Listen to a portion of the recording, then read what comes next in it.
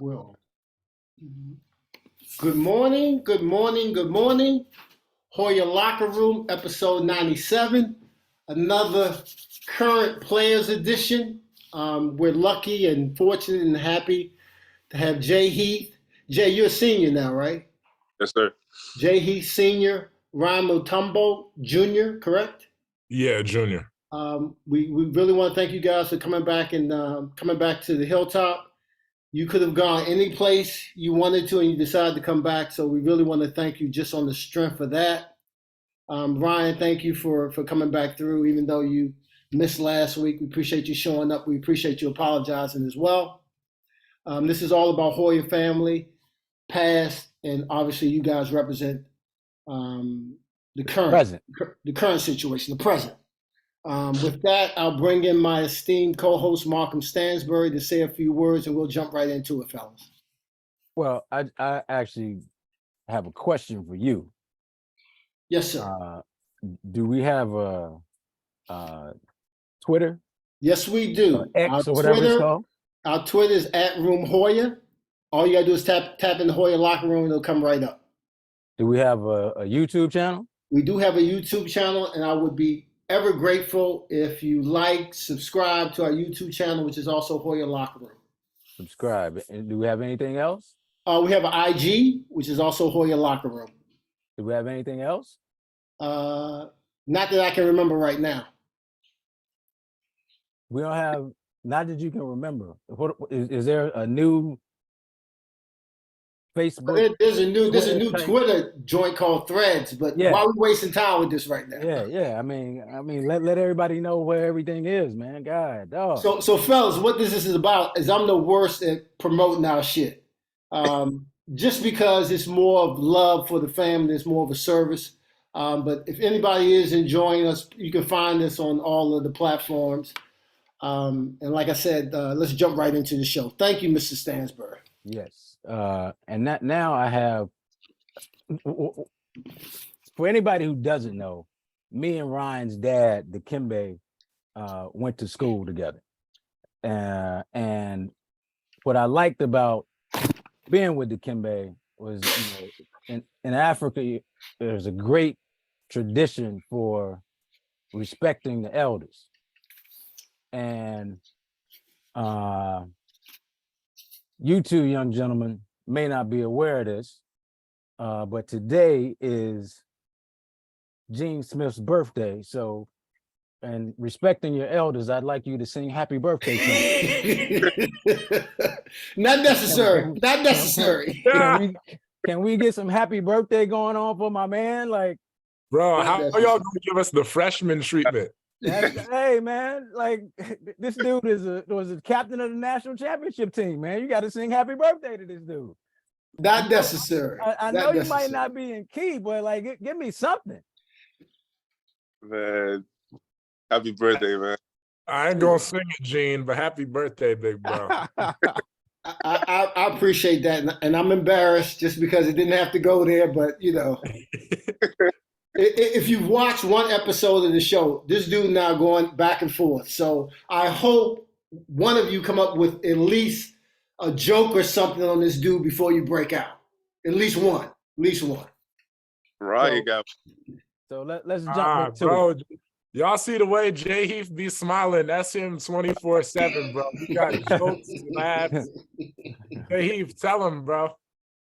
That's you, Ryan. Ryan got all the jokes in the locker room. Well, to be honest with you, okay, so we're in the internet world. So Ryan, you clearly got jokes. You're the best follower on the team, though, by far. So you keep me entertained. I appreciate you, bro. So I want to thank you for that. So let's jump into it, man. This question is for both of you. First question we always like to ask people is how you ended up on the Hilltop. How did you arrive at Georgetown? Jay, you go first. So I was at Arizona State the year before I came to Georgetown. Had some personal off the court issues. Wanted to come home. really my family wanted me to come home, but also it was kind of perfect timing. And it's always a dream for me just to play for Georgetown. Obviously, I'm from Washington, D.C., so just growing up, seeing Georgetown on TV back in the day was real big. So when I got the opportunity, Coach Nick reached out, and I just feel like it was a good opportunity for me to play in front of the people that watched me grow up my whole life, supported me my whole career. So that's basically how I got to the Hilltop. Coach Nick, Coach Pack called me up when I hit the portal, and I just hopped right on it. So Markham, let's give a little background on Mr. Heath. So won 3 DC titles at Wilson, which is now Jackson Reed, by the way, but won 3 titles there. First team All-Met. He was ranked the 2nd best shooting guard coming out of DC, 34th overall.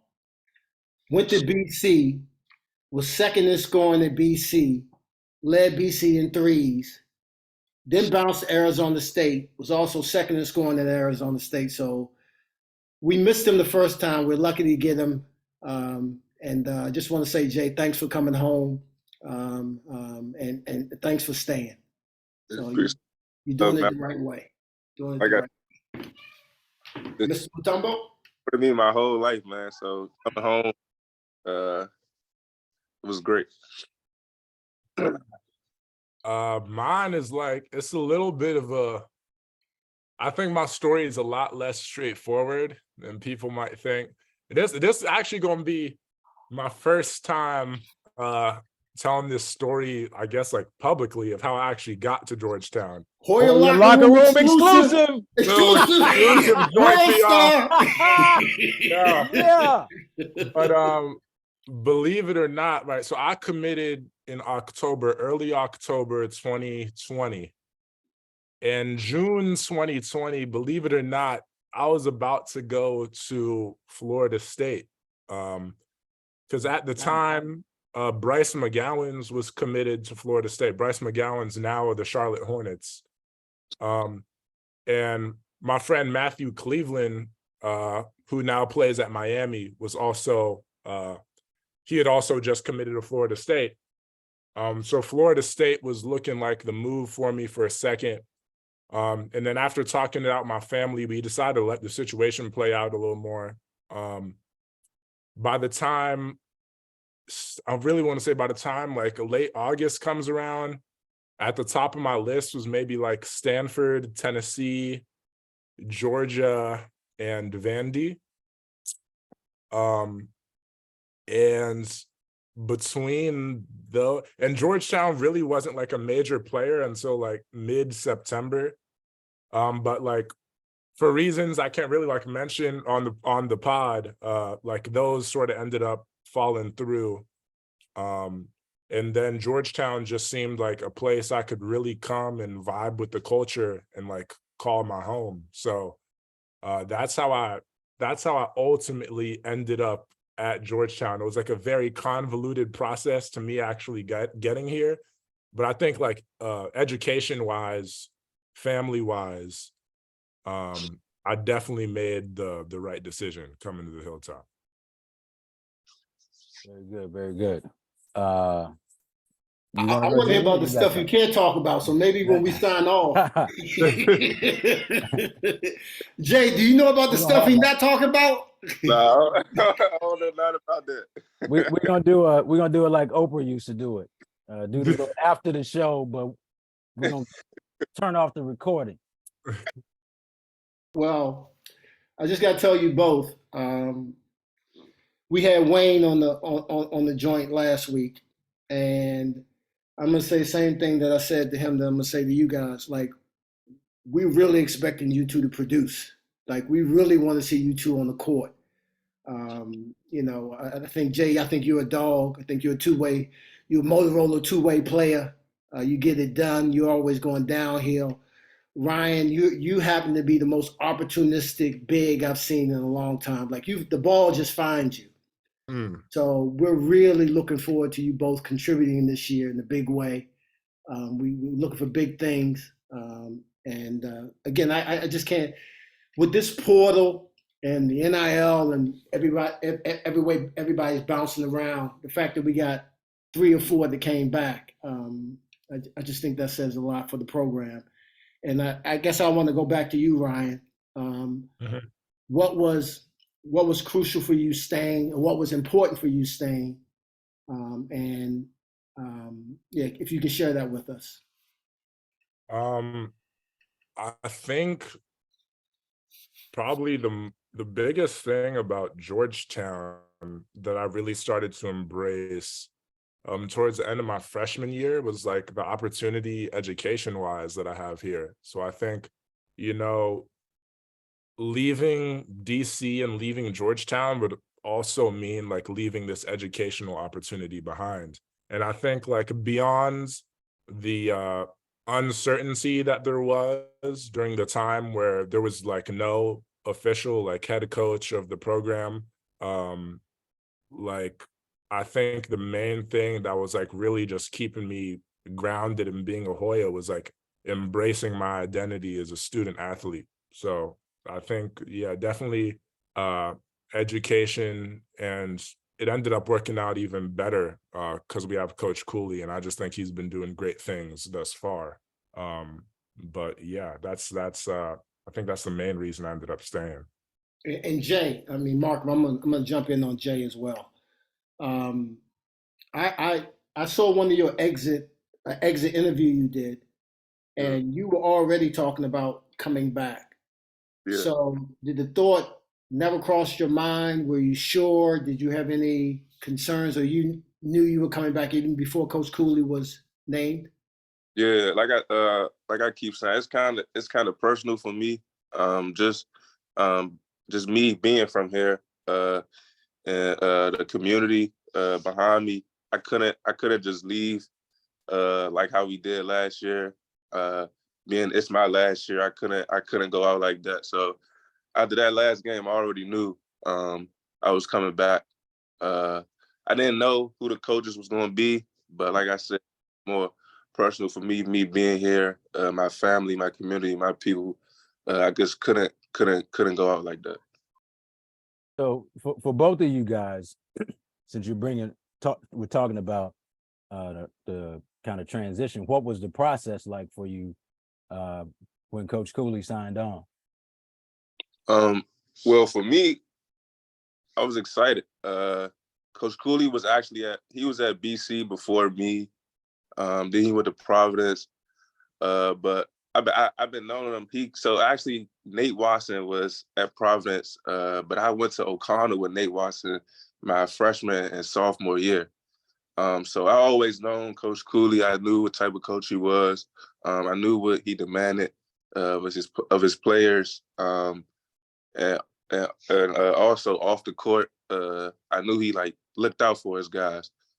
So when I heard he was getting hired, I was excited. And that was just me knowing that I was staying even more just by hearing that he was hired.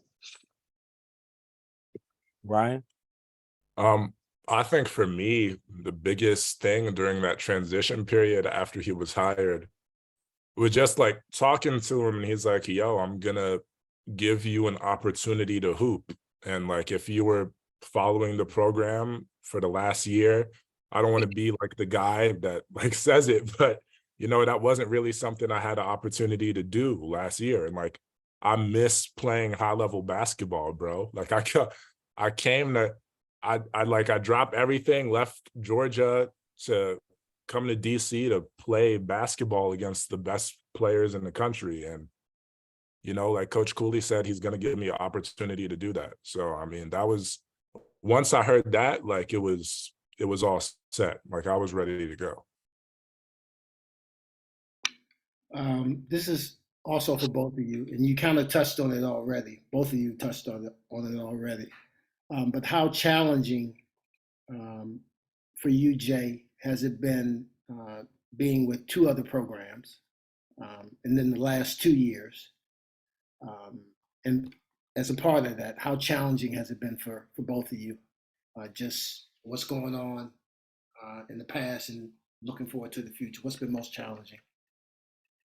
Well, for me, I feel like me being with two different programs in the past, it actually, when Coach Cooley came, it wasn't that hard for me. I've been used to adapting.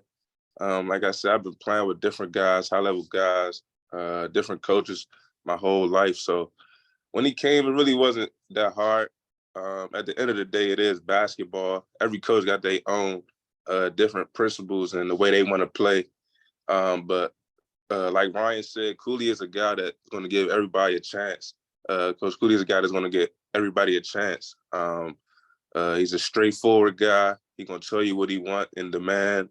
He's a straight up guy. He's not going to lie to you. What you see is what you get. So I feel like in basketball and in the real world, that's the type of people you want around you. Nobody that's going to lie to you. People that's going to be real with you. And Coach Cooley is that guy. So him coming, it's been easy to adapt, I would say. So, Ryan, you mentioned that your journey wasn't as straightforward as some people might think. Did you feel after you decided to go to Georgetown? Did you feel any added pressure because your dad had so much success at Georgetown? I think I wouldn't say pressure, but I wouldn't say pressure in that sense, but I definitely felt some pressure to prove myself because I feel during high school, I felt like I was very underrated, and coming into my freshman year, I was excited to get to the opportunity to like show people that like this is what I do. Like I play basketball and I do it at a high level and I can compete with the best players in the country. But other than that, I mean, like I've been doing this since I was 3-4 years old. So, like having a ball in my hand is it's what I was born to do. And like, it's what I'm going to keep doing. So I don't think there was anything that would have like stifled me, like confidence wise or anything, nothing like on the pressure. So Jay, I mean, this show is pretty loosey-goosey. So I saw you over there chuckling a little bit when Ryan was talking. So I want to know what you chuckling about because we got two Jay, teammates on the episode. So I know there's some inside jokes that because you over there chuckling. What you chuckling about? Oh man, this is Ryan, man. I'm just glad like the people get to see him. He just a character, man. He's a funny guy, man. Right. Good guy, man. But I feel like most people don't know this side of Ryan. When he talking his trash. Jay, I'm sorry to tell you, Jay. If you follow this dude on IG, he is a story.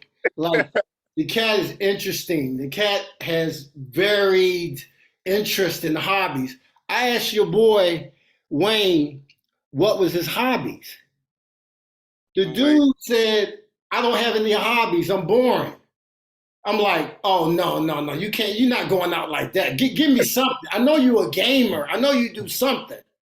So with that, I'm going to ask you two to share some hobbies, some interests that your fans might not know about, especially you, Jay, because I don't even think you're on IG. Are you on IG, Jay?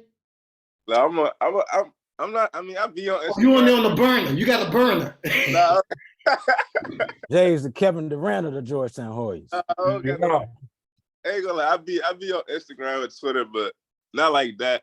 It's like, I mean, these days just a lot of like pretending and faking. So I don't really like I be on it, but I don't post as much. But I mean, I be on it. It's cool. But for hobbies, for me, I don't play the game. I ain't gonna lie. I don't play the PS5 or none of that. I would say just me, just spending time with my family. I do like fashion, traveling. But yeah, that's about mainly just spending time with my family and my people, my friends and stuff like that. That's it for real. Ryan? You got some hobbies? Uh, if you follow me on Instagram, you probably already know I spend like all my free time playing guitar, and that's my hobby. Like I do that like 3-4 hours a day. Like as soon as I get home from practice, I play the guitar, do my homework, and then go to sleep. And that's my life. Yeah. Well, because I was roommates with your dad, I'm glad to hear you. Well, I should say, I'm glad that you didn't say that cooking was one of your hobbies. Hey, don't. I can throw it down, bro. Oh, come on, man. Come on, Let's man. not get it twisted. Well, if you can throw it down, you got that from your mother and not your father, because I'm gonna tell you, I'm gonna tell you a little story about your dad. He was famous for being stubborn and hard-headed. And in the summertime, we're in Village A, and he wanted to fry some chicken. How would you fry chicken, Ryan Mutombo? Since you can throw it down, I'm just curious. How would I fry the chicken? You dip it in egg, put it in a batter, and then you drop it in the oil. Dip it in egg, put it in. What would the batter consist of? The batter is like flour, breadcrumbs, and seasoning. Okay. Now I 100% know your mother taught you that, because your dad, we didn't have any egg, we didn't have any flour, we had oil and Jiffy cornbread mix. This Oh, clown hell no. put it in the Jiffy cornbread mix, and I'm like, Dikembe, yo, that ain't what. Steinberg, shut up. You don't know what you're talking about. You don't know what you're talking about. Almost burned the apartment down. Almost burned the apartment down. Ask Jay, bro. I was grilling outside just a couple weeks ago. I made food for the whole team. He wasn't a girl. He wasn't a girl for sure. Okay. Did you have the chef hat on, dog? Hell no. Hell no. I'm getting you a chef hat with Hoya locker room on it.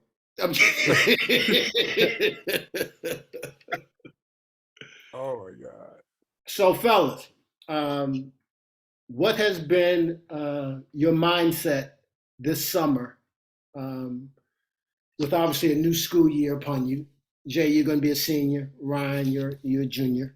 So it's not your first time, so you're pretty well versed now. What's been your mindset coming into the season this year? Well, all right, want me to go first, Mario? You got it. Go ahead, Jay. Go ahead.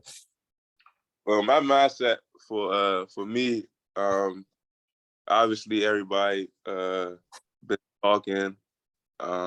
We had these past 2 years haven't been that good.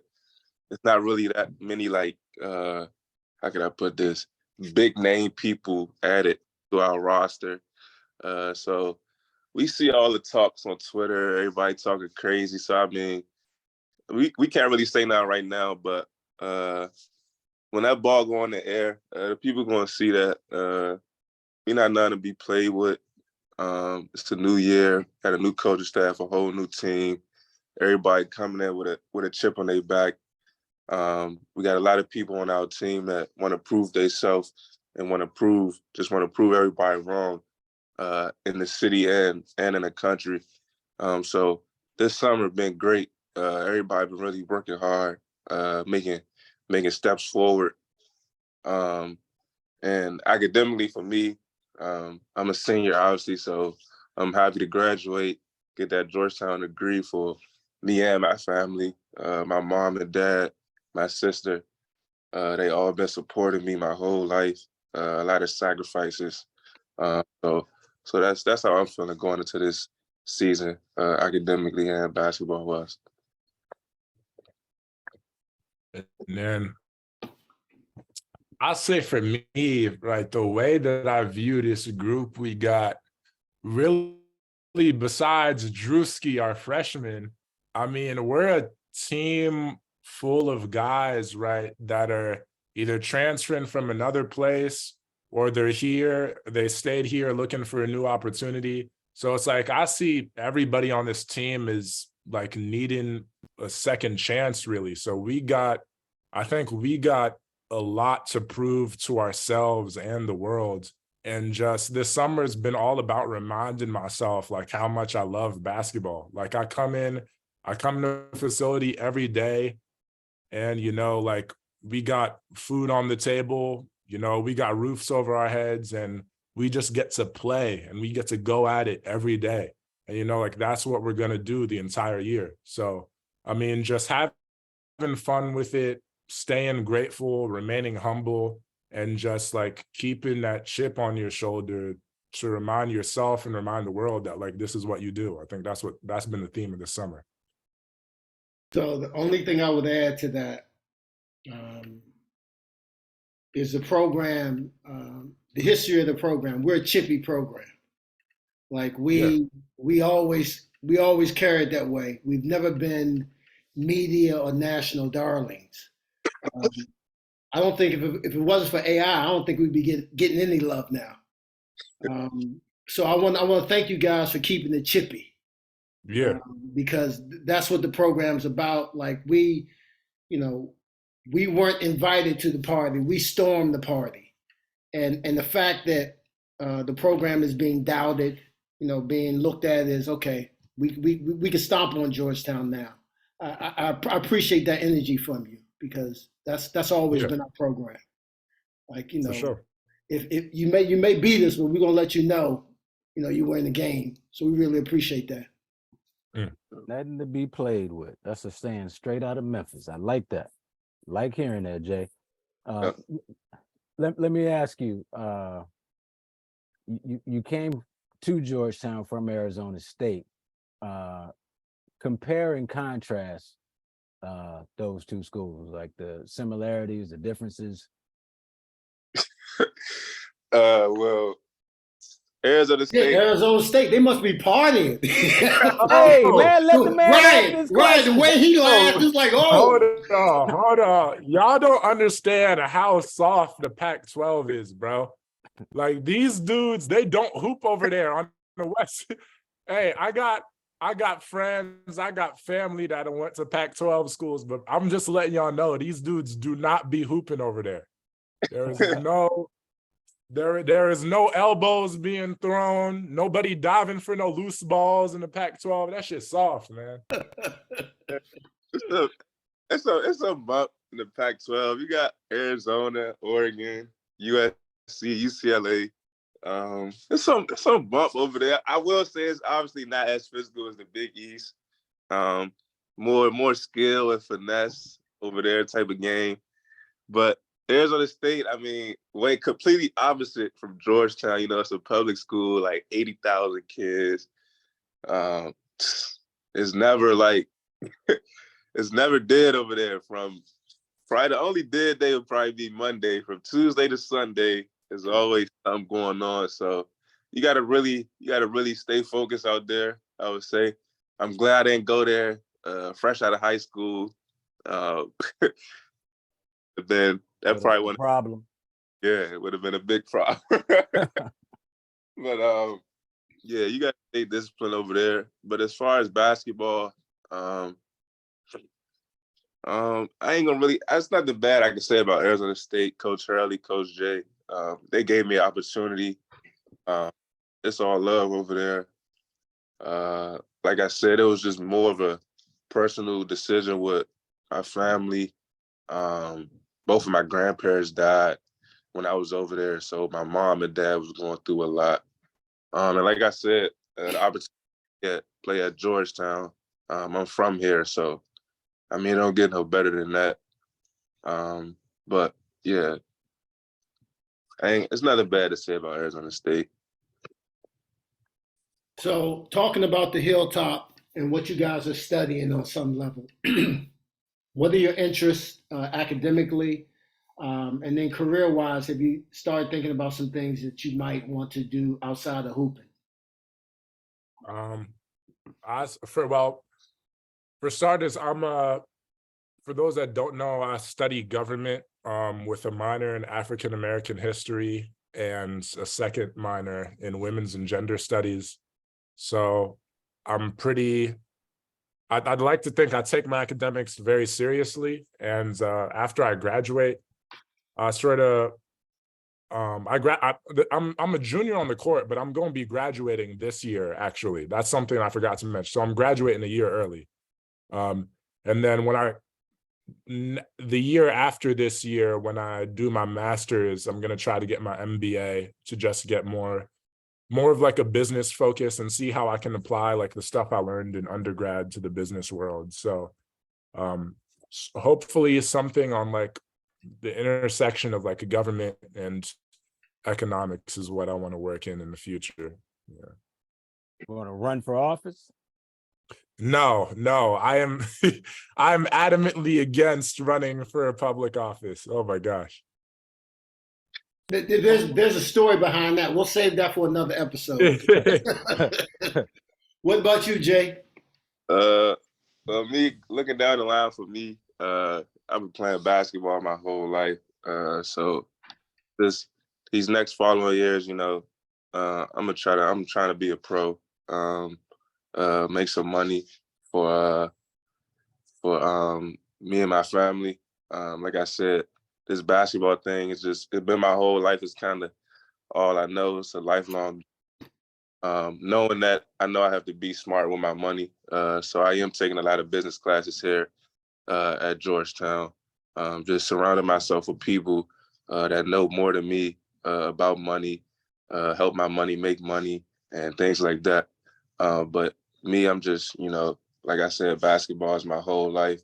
Spent a lot of time and effort, sacrifices. So the next couple years down the line, I just see myself being a pro and living that dream out. Well, fellas, we're gonna wind this down. We really appreciate you coming through, hanging out with some old basketball alumni. Do you have any questions for us as it relates to the program from a historical standpoint? I see Jay laughing again. You're right. He stays smiling, Ryan. I told you, bro. Like Heath got all the jokes, man. He got the jokes. No, Ryan gonna say something crazy. So like, it's just I'm already laughing. So, but on just to say something to you, Jay, on the fashion tip, if you're in the fashion a little bit, talk to Gene. I'll start pushing some stuff your way just to pique your interest. If you have any questions, just feel free. Appreciate that. It's on the real tip. Jay, okay. On the real tip, and I'm just telling you this from the bottom of my heart. He has no heart. He has no heart. If this dude sends you anything about fashion, just ignore it. Ignore it. This is the thing, Jay. Jay, this is the thing. All you gotta do is pull up his social shit and pull up my social shit. It's simple. You're gonna look at his shit and go, nah, I ain't checking for that dude. Hey, I wanted, just for the record, just so you guys know, Markham was manager of the year 3 years in a row at Georgetown. That's unprecedented. So that puts him on a different level from a manager standpoint. As it relates to this hoop stuff, your boy Wayne followed up and gave us a call back after last week's episode. He called me first, and he was asking for, advice, criticism, my opinion. So I said to him, do you want me to patch Markham in? Thinking to myself, we're talking about hoop. He's not going to want to patch in the Gatorade, dude. Oh, why you? First you got to show the managers love, bro. Oh, I was a manager. The point I'm making is, if we having an episode about Gatorade, I don't have nothing to say. I'm well known for making the best Gatorade in Georgetown basketball. He tells you he makes the best Gatorade. Absolutely. I absolutely did that. So it's not a slight. I'm also, and this is the God's honest truth, I'm the best 5'11 and a half dude in the post you ever seen in your life. If you want a bucket, give it to me on the block. Give it to me on the block. He's dead ass serious. He's dead ass serious. At Georgetown, I could only go left. Anybody that was there would tell you the scouting reports say stands can't go left. What messing scouting report on mess around managers? and see that scouting report today, you're gonna be in trouble. I'm Are going you listening to right this in the dude? middle. Scouting I'm report on doing it all. managers. I'm doing it But, all. but Ryan, to your point, I got nothing but love for the managers. Nothing but, I mean, because they got treated the same way we did. So if I was getting called the MF, they were getting called the MF too. So nothing but love. But he's a special dude, this one here. He's special. So, I can tell. he's special. But thank you guys. We don't want to hold you too much longer. Markham, you got anything else for the fellas? I'm just curious. Let's see, try to come up with 3 things. Don't think about it. Just rapid fire. Who is your funniest teammate? Jay, go. Funniest teammate? I know who I'm gonna say. Oh my, it's like, dang, that's I said don't think about it. Rapid fire. Boom. Who is it? I go top 3. Go ahead. Top 3. All right, This is not rapid fire. Hey, good. That's y'all hard. don't understand. Like, our locker room is too funny, bro. Like funny in their own way, because like it's just like it's like nobody not trying to be funny, but that's really their personality. So they like just really funny. But I'm gonna go Ish, Trez, and Ryan. Bro, it's Don Trez, bro. This dude, Don Trez, y'all need to make sure y'all get Don Trez on here like next week or something, bro. Yo, Don Trez, like the stupid shit he be doing gonna make you laugh, bro. Don Trez, they the episode had to say them two together. They probably on the team. Are all the stories R-rated? Because I can't get a story. These dudes, like, we gotta talk about the stories after. We gotta talk about the stories after. All right, so Jay Heath, tell him about the jean shorts, bro. No. Tell him about. No. That's okay. I don't want to know about the jean shorts. I don't want to know. Hey, tell them about the jean shorts, bro. Bro, anybody that's watching this, bro, if you can't wear jean shorts, you just can't dress. Like, I got a couple, bro, and I put it like, yeah, like, don't worry. If y'all see me out in jeans. Oh, he's from DC. He's from DC though. That's regular. That's what I'm saying. Like, oh, that's so weak. Oh my God. Wear jeans, like you can't dress if you can't wear jean shorts. I don't know about that, Jay. You talking? I'm trying. Hey, Jay, I got you. I'm trying to help you out, dog. I'm with you. All right. Who's the smartest teammate? Right, Ryan. No, Ryan. You can't say yourself. You're not your own teammate. Oh, okay. Other than me, all right, Rowan. That are we talking? Dude, like, are we talking about like on paper? Because like, I think other than me, Jay got the best GPA. Jay was making all academic. He got a little academic award in the spring. Miss Miller gave him a shout out. Jay Heath had like I don't even know. Sound like Jay is sneaky smart. Jay, like, I don't know if he be finessing or what, but like he be getting some good grades. No, I ain't finessing. You can't finesse at Georgetown. Hey, Markham, next time you ask a question, don't preface it with rapid fire. Yeah. These dudes do not know what that means. So here's the last one. Here's the last one, and there's a reason I'm asking this. Who is the biggest ladies man on the team? Oh, now we stuttering. I see it. I see it. Wayne, bro. No, Wayne. If Wayne didn't tell y'all, like, Wayne Bristol, bro. I ain't going to expose Wayne on, but oh man, Wayne, he just pretty. He a pretty boy. That's all I'm gonna say. Jay. I ain't gonna answer this one. I'm just gonna say everybody on the team respect the lady. Oh, Jay, yeah. that's the right answer. Jay, that's the right answer. So this is the reason I asked that. My senior year, somebody's father had a girlfriend. And Right. and somebody's father who's on this podcast right now had a girlfriend. And he was asked in practice by John Thompson, why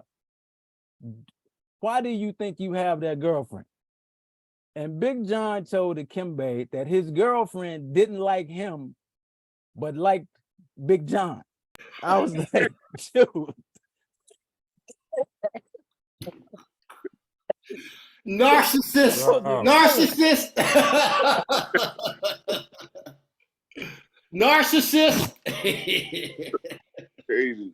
And then he asked, he said, do you think you have a girlfriend because you're good looking? And Dikembe said, I think she likes me because I'm smart. And then Big John said, okay, I'll take that. Because you smart, but I don't know how good looking you are. Oh my God.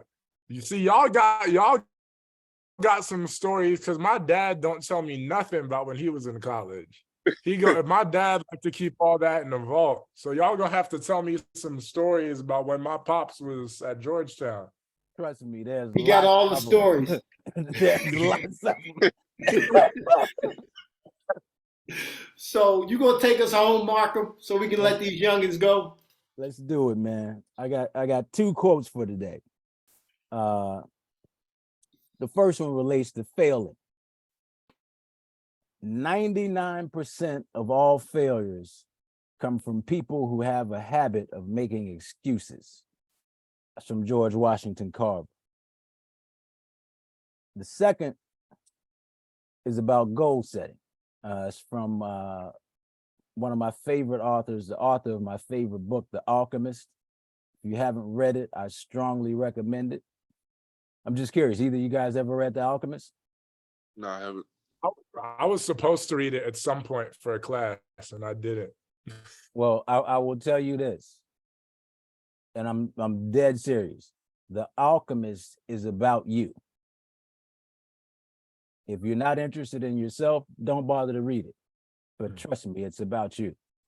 Here's the quote. When we strive to become better than we are, everything around us becomes better too. And with that, gentlemen, I wish you guys a great season. Glad you came back, and we're excited to see what's going to happen this year. Thank you both. Great season on and off the court.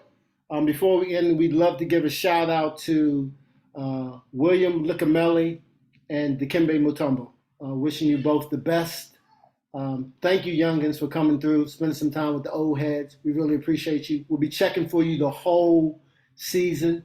Feel free to come back through, but we're looking for big things from both of you. Thank you. Sir, Thanks. appreciate you. Appreciate you.